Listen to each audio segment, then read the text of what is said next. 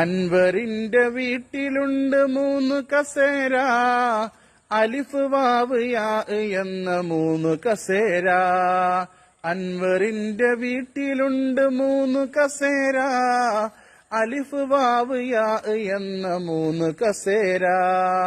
അന്നൊരിക്കൽ 4 ഹംസ വിരുന്നു വന്നു, ആദ്യം ഒരാൾ അലിഫിനുമേൽ കയറിയിരുന്നു, പിന്നെയൊരാൾ വാവിനുമേൽ കയറിയിരുന്നു, മറ്റൊരാൾ യാഇനുമേൽ കയറിയിരുന്നു.